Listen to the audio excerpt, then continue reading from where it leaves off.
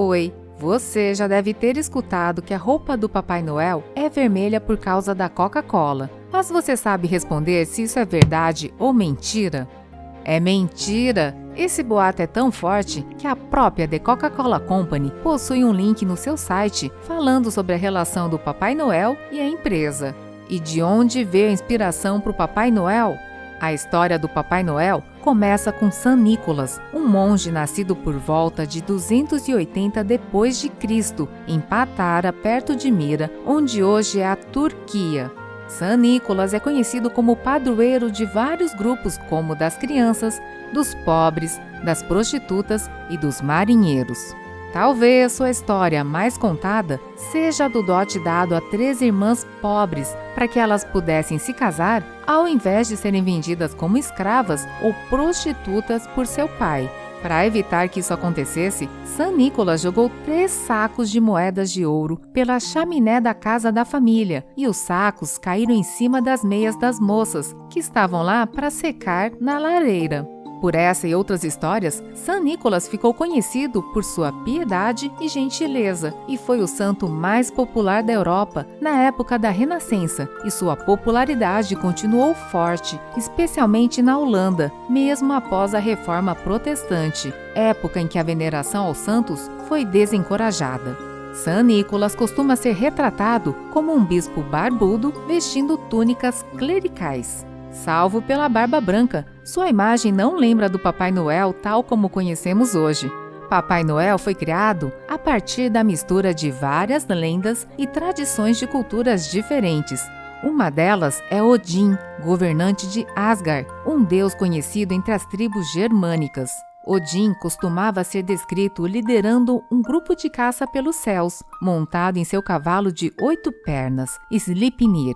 No século XIII, Sleipnir era descrito como sendo capaz de saltar grandes distâncias e, ao que tudo indica, foi a inspiração para as 8 renas do Papai Noel. Durante o inverno, na Alemanha o inverno começa no dia 21 de dezembro. As crianças costumam colocar suas botas perto da chaminé com cenouras ou palha para presentear Sleipnir. Quando Odin passa voando, ele recompensa os pequenos deixando presentes em suas botas. Devido a São Nicolas e Odin, crianças pelo mundo já tinham o costume de colocar meias e botas próximas às chaminés à espera de presentes, mas ainda não se falava de São Claus. São Claus, na verdade, é São Nicolas. Os holandeses chamavam São Nicolas de São Nicolaas ou Sinterklaas, de forma abreviada.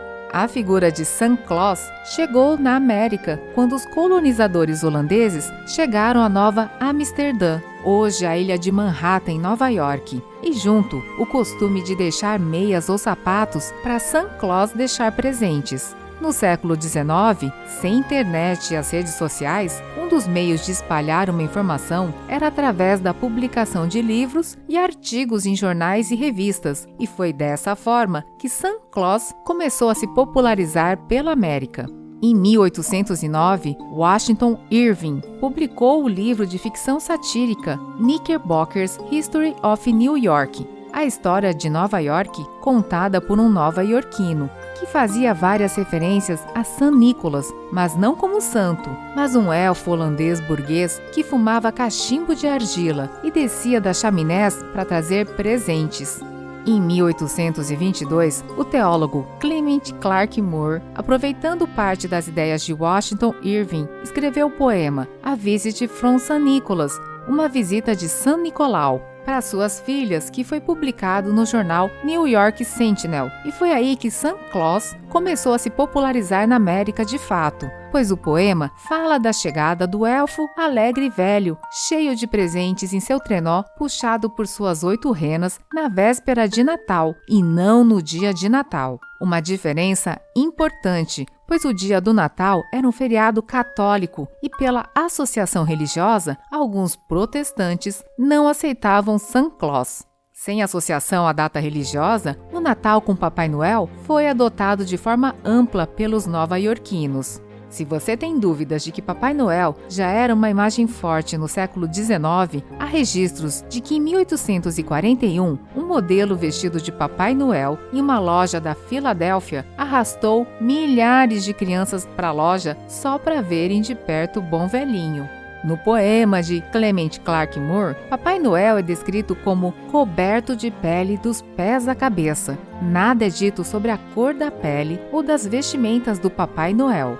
No século XIX, era possível encontrar Papai Noel vestido de azul, verde, amarelo e marrom. Em 1868, em um anúncio da Sugar Plums, Papai Noel é retratado de jaqueta vermelha, mas o chapéu é verde e a calça branca.